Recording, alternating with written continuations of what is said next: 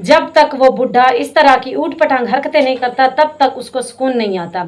अभी कोई बुढ़े से नहीं पूछता कि वहाँ पे जो इंडिया में इतनी अफसोसनाक वाक़या हुआ है डॉक्टर का। अस्सलाम वालेकुम, कैसे हैं आप सब? उम्मीद करती हूँ आप सब ठीक होंगे। तो प्यारे व्यूअर्स, आइए आज देखते हैं बांदरी की कुछ पुरानी वीडियोज़ और उसके ऊपर मैंने गौर किया। जैसा कि आप सबको पता है, पहले मैं इस केस के ऊपर आवाज़ नहीं उठा रही थी। चैनल तो था लेकिन मैं आवाज़ नहीं उठा रही थी, वीडियोज़ वगैरह नहीं डालती थी। और जब से ये इस केस के ऊपर मैं आवाज़ उठाने लगी हूँ तो अभी इसकी पुरानी वीडियोस भी देखनी चाहिए। पुरानी वीडियोस भी देखते हैं, आप सब देखिए, मैंने भी देखी हैं। और कुछ पाकिस्तान की वीडियोस वो भी आप सबके साथ इस वीडियो में शेयर करती हूँ।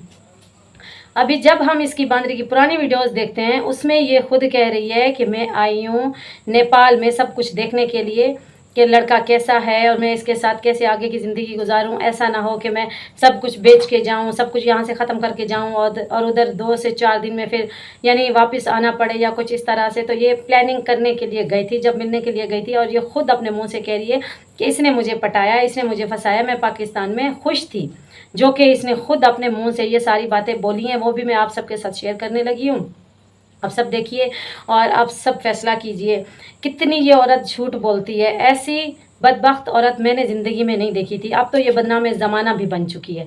जिस तरह के ये हरकतें करती है, जिस तरह की ये लोगों के ऊपर बकवास करती है, जिस तरह से ये मुल्क के ऊपर झूठ बोलती है, आप सब से ये सारी बातें ढकी छुपी हुई नहीं है, सबको पता है, पूरी दुनिया को पता है। और इसका जो बुढ़ा भाई है, जैसे वो कहता है ये बुढ़ी वैसे करती है, ठीक है।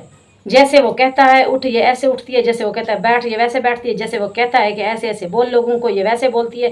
जैसे वो कहता है कि तू अभी चुप हो जा, ये चुप हो जाती है। उसने इसको बाकायदा एक ट्रेनिंग दी है बुढ़े ने कि तू ऐसे ऐसे बोल, ऐसे ऐसे तू पूरी दुनिया में वायरल भी होगी और सब लोग तुझे देखेंगे। यही औरत थी जो पुराने इंटरव्यूज़ में हम लोग उठा के देखें तो उसमें कहती है कि जी मेरा मुल्क है, अच्छा है, मुझे उससे प्यार है, कैसे नहीं मुझे अपने मुल्क की याद आएगी, उधर मेरे सब है।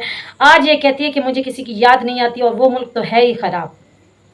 अभी देखिए ये सारी पट्टियाँ इसको किसने पढ़ाई हैं? बुढ़े एपी सिंह ने पढ़ाई हैं, ठीक है।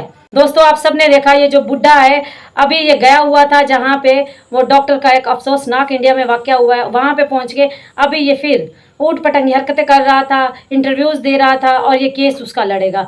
अरे तो किसी को इंसाफ तो आज तक तूने दिया नहीं है, इंसाफ तो दिलवाता नहीं है किसी को, तो ऐसे नाजायज़ का क्यों हर जगह में मुँह मारने के लिए जाता है बुढ़ा? अपनी हद में रहा कर, जब तुझसे वो काम होता ही नहीं है। ये एक नंबर का दोस्तों शैतान है, ये शैतानगिरी करने के लिए जाता है, फसाद करने के लिए जाता है और ये मजलूमों का साथ नहीं देता, ये गुनाहगारों का साथ देता है, क्योंकि ये खुद एक शैतान और गुनाहगार है। इसने पता नहीं कितने लोगों के घर तोड़े हैं, पता नहीं कितने लोगों की जिंदगियां तबाह की हैं। इसको थोड़ा सा भी शर्म नहीं आता इस बुढ़े को ना ही अपनी उम्र का लिहाज होता है, ना ही बुढ़े को कोई अपने मरने का कोई एहसास होता है, कुछ भी नहीं। बस बुढ़ा कहता है मैं इसको इंसाफ दिलाऊंगा, उसको दिलाऊंगा, लेकिन गुनाहगारों को इंसाफ दिलाता है। जो मजलूम और मस्कीन होते हैं उनको ये आदमी इंसाफ नहीं दिलवाता। ये उधर जाता है, कहता है कि मैं उनकी हमदर्दी लेने के लिए आया हूँ, दुख करने के लिए आया हूँ, लेकिन ऐसा कुछ नहीं होता, होता उसके अपोजिट है। ये जैसे बांदरी को सिखाता है बांदरी वैसे करती है, जैसे बांदरी को बोलता है बांदरी वैसे करती है। अरे बुढ़े, तेरी कोई बेटी नहीं है, अगर तेरी कोई बेटी होती तो तुझे मेरे ख्याल से एहसास होता जब वो इस तरह के काम करती जैसे बांदरी ने किए हैं। कुछ तो शर्म कर ले बुढ़े, कुछ तो लिहाज कर ले, अपनी उम्र का ही शर्म कर ले। जिंदगी में कितने पता नहीं तूने पाप किए हैं, अभी तक तेरे पाप के घड़े नहीं भरे, पता नहीं कब भरेंगे इस बुढ़े के पाप के घड़े। दोस्तों इस आदमी को थोड़ी सी भी शर्म नहीं आती, थोड़ी सी शर्म आए।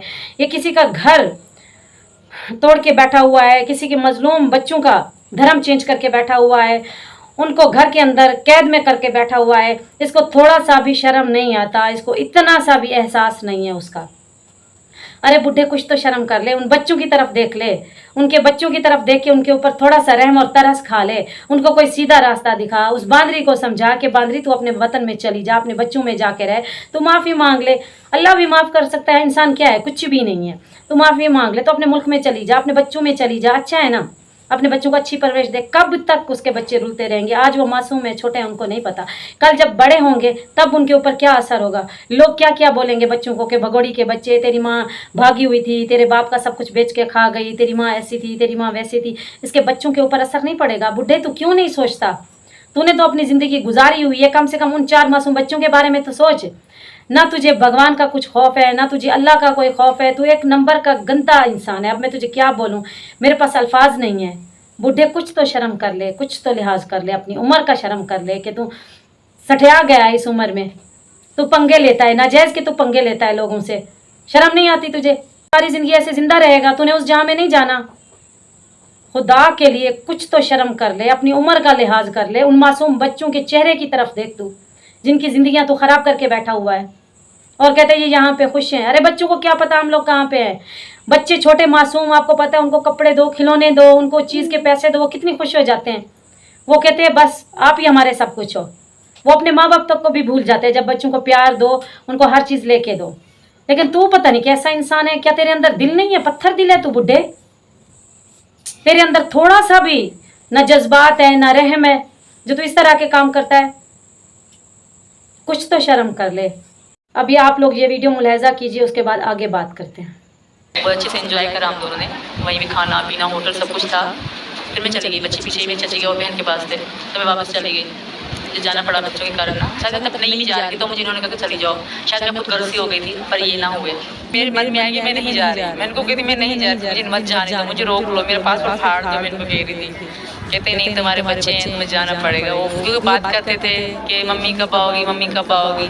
उस समय आपके शौहर सऊदी अरब में थे, वो कभी नहीं आए। जब 19 में गए तो अभी तक वो नहीं आए। जी सर। फिर आपने नेपाल में ही शादी की? हमने कर ली थी हाँ, क्योंकि मेरे पति इतने अच्छे नहीं हैं, वो बहुत बहुत अलग किस्म के बंदे हैं और उनके साथ मैं खुश नहीं थी, इसी कारण मैंने उन्हें छोड़ दिया। आप दोनों के रिश्ते के बारे में आपके पति को पता है? ना, मैं हमेशा का डिसीजन करके घर बार बेच के आ जाऊँ और हम एक दूसरे को पसंद भी ना आए, कुछ ऐसा वैसा हो जाए, 4 दिन की चांदनी हो शायद, तो हमने मिलने का डिसीजन लिया। ये ना बुलाते शायद मैं ना आती, शायद ये ना पटाते शायद मैं ना पटती, वहाँ खुश बैठी थी। अभी आप सब लोगों ने ये वीडियो देखी है, खुद अपने मुंह से कह रही है मैं पाकिस्तान में खुश थी और यहाँ पे मैं आई थी इससे मिलने के लिए, देखने के लिए कि ये आगे मेरा साथ दे सकता है, आगे हम किस तरह से रहेंगे, क्या करेंगे। ये बड़ी चालाक और शातिर औरत है, लेकिन इस बेशरम को ये नहीं पता कि तू जो भी काम करती है तू मुंह के बल गिरती है। ये तो गुलाम अहमद सर थे जिन्होंने तुझे इज्जत दी, घर में बिठाया, तेरे बच्चे हुए, लेकिन तुझे औरत वो इज्जत रास नहीं आई। इसीलिए तू फिर जगह जगह में भटक रही थी, जगह जगह में मुंह मार रही थी। जब तूने देखा कि ये चूहा मेरे हाथ में आ चुका है, फिर तू वहाँ पे भागी उसको देखने के लिए कि ये कैसा है। जब देखा फिर आगे की प्लानिंग की, जब वो नहीं मान रहा था, दोस्तों वो आप सब लोगों ने वीडियोस में देखा, फिर ये अपने साथ क्या किया इसने, वो भी सारी चीज़ें वीडियो में मौजूद हैं। उसके बाद इसने आगे की प्लानिंग की, वापस आई, वापस आके इसने अपनी जगह बेची, बोरिया बिस्तर बांधा, जो कि ये खुद वीडियोज़ में कह रही है, आपने खुद सुना, कहती है कि मैं 12 लाख 1000 कम 12 लाख मैंने लगाए तो मैं यहाँ तक पहुँची। 3 लाख इस औरत ने पहले लगाए जब ये पहले नेपाल गई थी, 18, और इसने शॉपिंग अलग से की होगी और इसने चूहे को अलग से शॉपिंग करवा के दी है और सामान इसने अलग से लिया होगा। अब खुद देखें 20 से 22 लाख इस औरत ने खर्च किया है। अगर हम लोग जेवर साथ में गिन लें तो फिर 25 लाख के आसपास इसने खर्च किया है। और लोग कहते हैं कि इतनी महंगी तेरी मोहब्बत है। अरे लानत भेजती हूँ मैं ऐसी मोहब्बत पे। ऐसी मोहब्बत होती है? मोहब्बत में लड़के देते हैं लड़कियों को, और ये औरत होके बुढ़ी होके एक लड़के के ऊपर इसलिए लौटा के आई पैसे, किसके? अपने गरीब मस्कीन मजदूर शोहर के, जो कि इसके बच्चों का बाप था। कुछ तो एहसास कर लेती कि मेरे बच्चों का बाप है। परदेश में दर बदर की उसने ठोकरें खाई होंगी, पता नहीं कहाँ कहाँ पे उसने काम ढूंढा, कैसे मुलाजमत की, कैसे भूखा सूखा रह के खाता होगा और ये पैसे इकट्ठे करके मुझे भेजता होगा कि मेरे बच्चे सुखी रहे, मेरी बीवी सुखी रहे। लेकिन नहीं, इस औरत के अंदर दोस्तों इतना सा भी एहसास नहीं है किसी के लिए। ये सिर्फ अपने बारे में सोचती है, अपने तक ये है, इसको बस अपना एहसास है कि मुझे ये चीज़ पसंद है, मुझे मिल जानी चाहिए, नहीं मिलेगी तो ये उसके लिए हर हदें पार कर जाती है। और तो और इसने तो अपने पेट तक को भी नहीं बख्शा, पेट तक को भी इस औरत ने नहीं छोड़ा अपनी अय्याशी के लिए और अपने ख्वाब पूरे करने के लिए। अरे कुछ तो सोच ले। कहती मुझसे बर्दाश्त नहीं होता था जब इस चूहे की शादी उसके माँ बाप करने वाले थे। अरे तुझसे पहले बर्दाश्त नहीं हुआ तेरी सौतन, तुझसे बर्दाश्त नहीं हुए उसके 2 बच्चे, अब तुझसे ये बर्दाश्त नहीं हुआ कि चूहा क्यों शादी कर रहा है। आखिर तू चाहती क्या है? अभी ये भी दुनिया को बताना कि आगे तू क्या करने वाली है। कुछ तो शर्म कर ले, जो तेरी बची उची जिंदगी है उसको तो संवार ले। प्यारे व्यूअर्स, आइए अभी देखते हैं इसकी पाकिस्तान की वीडियोस। ये यहाँ पे कैसे रहती थी, अच्छे से रहती थी, नए नए सूट पहनती थी, अच्छे से खाती थी, फिर भी ये औरत मानने को तैयार नहीं है। कभी कहती है कि ये एडिटिंग है। अरे एडिटिंग ऐसे होती है? शर्म नहीं आती तुझे? ऐसे तो हम लोगों की एडिटिंग बना के लगा देना चैनल पे, हम माने कि हाँ ये एडिटिंग होती है। कुछ तो शर्म कर ले, कितनी झूठ बोलती है तू।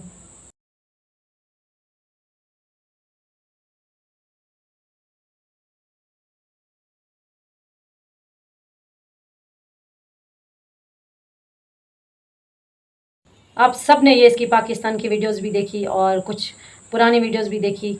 इसकी अपनी मुँह ज़बानी आप सब ने सुना था, ये कैसी खुश थी, कितनी खुशहाल इसकी ज़िंदगी थी, अच्छे से रह रही थी, किसी चीज़ की इसको कमी नहीं थी। तो प्यारे व्यूअर्स, अपनी राय कमेंट में ज़रूर देना। इंशाल्लाह मिलेंगे एक और नेक्स्ट वीडियो में, तब तक के लिए अपना ख्याल रखिए। अल्लाह हाफिज़।